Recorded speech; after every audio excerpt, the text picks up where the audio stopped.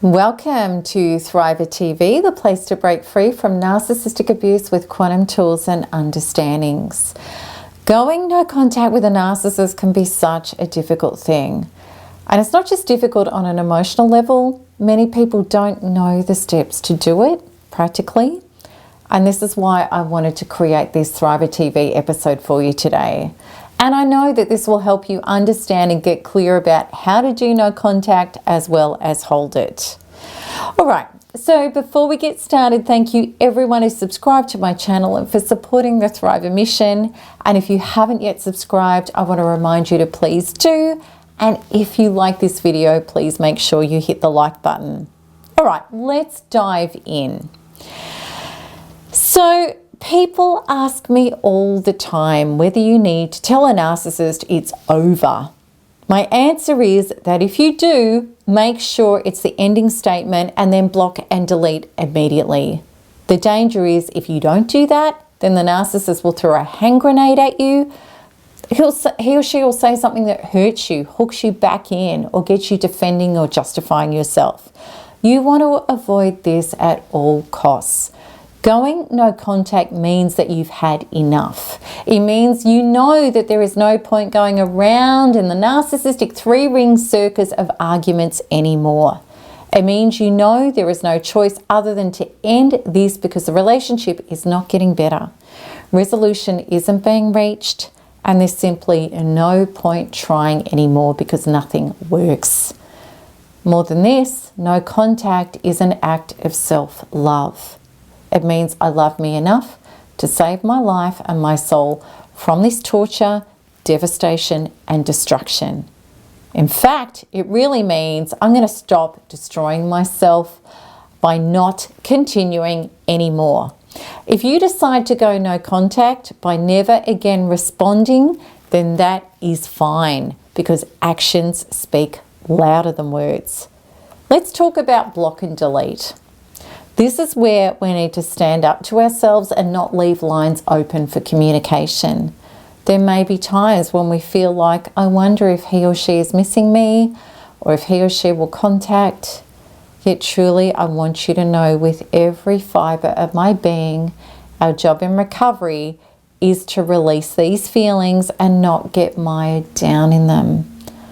And my NARP healing system helps you powerfully achieve that if you're diligent about doing inner work with the modules when these feelings strike. So when you know you have to do no contact to save your soul, it's time to take the stand with yourself to block and delete this person so that they can't contact you. With all of our technology appliances now, you've got the ability to do this. And if you're not sure how to, you can Google how to, or you can ask someone. So this is a great thing to do for yourself because then you will not be wondering every time you receive a phone call or an email or a message, is that him or her? Don't answer unregistered numbers or random text messages from people you don't know. Just delete them. Let's have a look at vital boundaries with social media. When you're serious about going no contact, this means no stalking their social media. You've decided you can't have this person in your life anymore, and your mission is to heal and create your own life. There is no purpose or value whatsoever in looking on social media to see what he or she is up to. I'll give you the tip. All of us who've recovered from narcissists have gone through being replaced with fresh and new supply. Until doing your Thriver healing work, of course, this can be excruciatingly painful.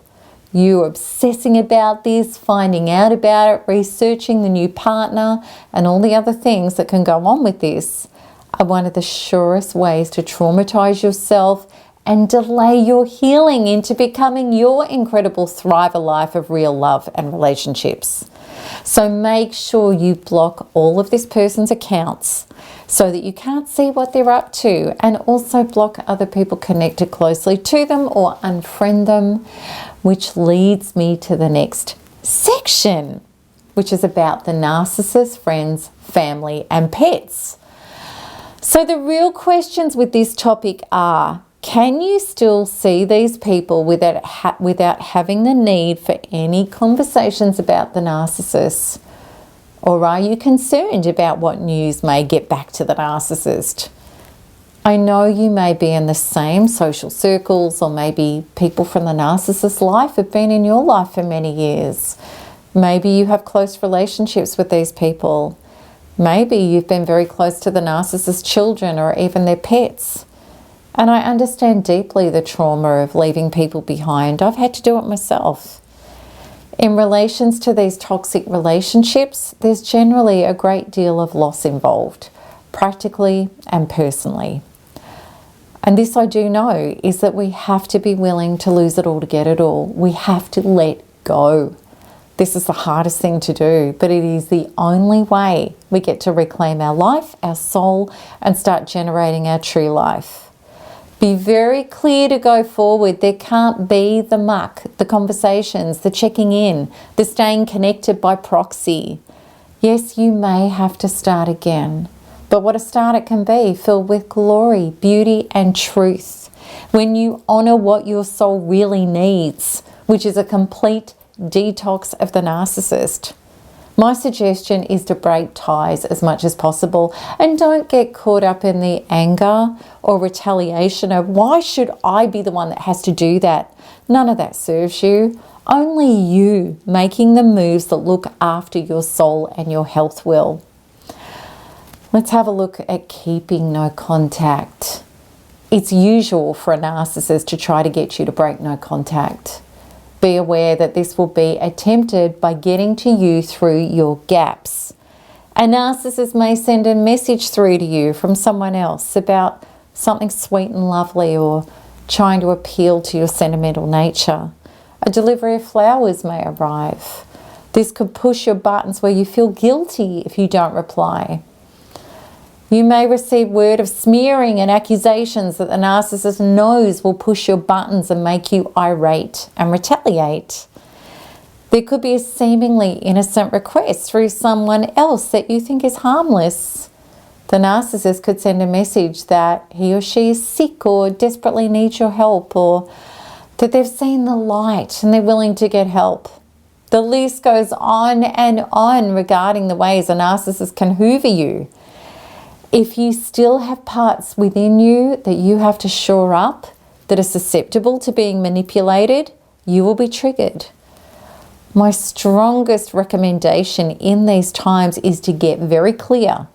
If this person is a narcissist and meets those criteria that I share in the article that I'm putting up here and sharing on the blog, which is Are You With a Narcissist?, then they're not going to magically morph into a healthy, safe person for you to reconnect with. Time and time again, I can't tell you how many reports I've had from people who did capitulate, go back, hoping that things would be different, and actually discovered that they only got worse. Okay, to not fall for the hoover, it's vital to turn inwards to heal the triggers that are haunting you so that you can go free and be even stronger and more resolute inside to keep detoxing this person and moving forward. Let's have a look at enforcing no contact. I love it when people get tough with narcissists. When we're done, we're done. And when we're done, we need to mean it.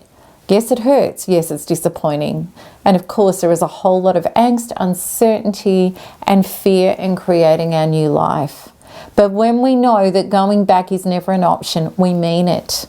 Myself and many others have had to get to the point where we're stalked and confronted. It's like, I'm calling the police, meaning you have by word or action told this person you wish no contact from them, and they're compromising your boundary. And you have a right to enforce it. You have the right to put an intervention order on someone who is harassing you, making you feel uncomfortable, and is not respecting your personal self and your no more. This is the thing. Narcissists feed off fear, like sharks do from blood. If you are not scared and you stand up and enforce your boundaries, narcissists cannot be in your space. They will take their narcissistic behaviour somewhere else. Let's look at being fearless moving forward. People purport that narcissists never stop terrorizing you. This is not true. As Prema Chodron says, as she said, nothing ever leaves our experience until it's taught us what we need to learn. If you are stuck in trauma, unhealed beliefs and fear, then yes, the narcissist will keep terrorizing you. If you're diligently working on healing your inner trauma and belief systems that the narcissist has made conscious for you, then he or she will leave your experience. Your goal is to heal all of this so that you can live authentically and out of fear. What does that mean? It means this. So what if he or she tries to stalk me? So what if he or she looks up my social media? So what if he or she tries to smear me? So what if he or she does a drive-by? If you just keep releasing everything that's triggered off with NARP, stay cool and calm and get on with being yourself and doing your life, then it will all melt away. Then you will heal and be free. And I promise you that the narcissist not getting any narcissistic supply from you physically and even vibrationally, oh yes, please do know that that feeds them, means that they will have to go and hassle someone else. So I really hope that this has helped you with how to navigate no contact. And please know, if you haven't claimed it already, my free 16-day course has a complete comprehensive guide on even more about no contact, and it's totally my free gift to you. So to claim this, please go to the link at the top right of this video.